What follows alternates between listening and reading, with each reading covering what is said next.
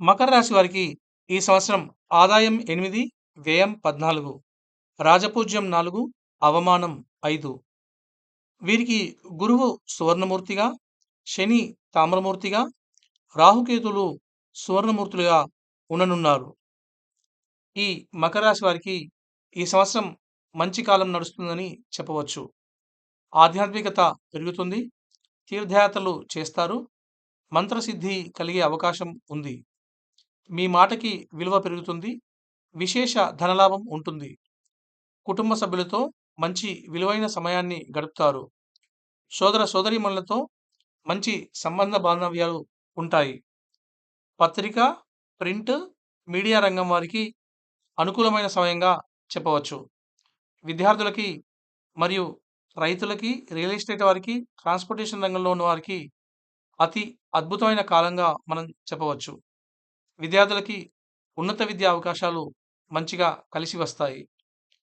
అదేవిధంగా ప్రేమికులకి ఇది మంచి సమయంగా చెప్పవచ్చు. సంతానం యొక్క అభివృద్ధిని మీరు చూస్తారు. అదేవిధంగా ఎవరైతే సంతానం కోరుకుంటూ ఎదురు చూస్తున్నారో వారికి ఖచ్చితంగా సంతాన ప్రాప్తి కలుగుతుంది. న్యాయవాదులకి, న్యాయమూర్తులకి మంచి అనుకూలమైనటువంటి కాలంగా చెప్పవచ్చు. వారు మంచి తీర్పులని ఇస్తారు.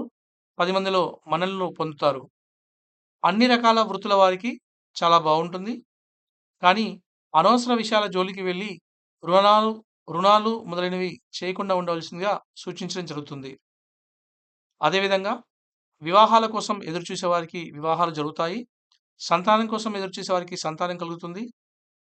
ఆకస్మికంగా పూర్వీకుల ఆస్తి మీకు కలిసి వస్తుంది, లాభిస్తుంది. విదేశీ విద్య, విదేశీ యానం సానుకూలమవుతాయి. అదేవిధంగా ఉద్యోగస్తులకి ప్రమోషన్స్, ఇంక్రిమెంట్స్ మొదలైనవి వస్తాయి. కవులకి, కళాకారులకి, చిత్ర పరిశ్రమ వారికి కొంత శ్రమించాల్సిన అవసరం ఉంటుంది. ఈ రాశి వారికి కోర్టు కేసులు వారికి అనుకూలంగా వస్తాయి. మరియు విదేశీ యానం కూడా వీరికి అనుకూలంగా ఉంటుంది. ఈ రాశివారు ఈ సంవత్సరం శివారాధన మరియు గణపతి ఆరాధన చేయడం వల్ల వీరికి ఇంకా ఏమన్నా నెగటివిటీ ఉన్నా కూడా అదంతా పోయి మంచి జరిగే అవకాశం ఉంటుంది.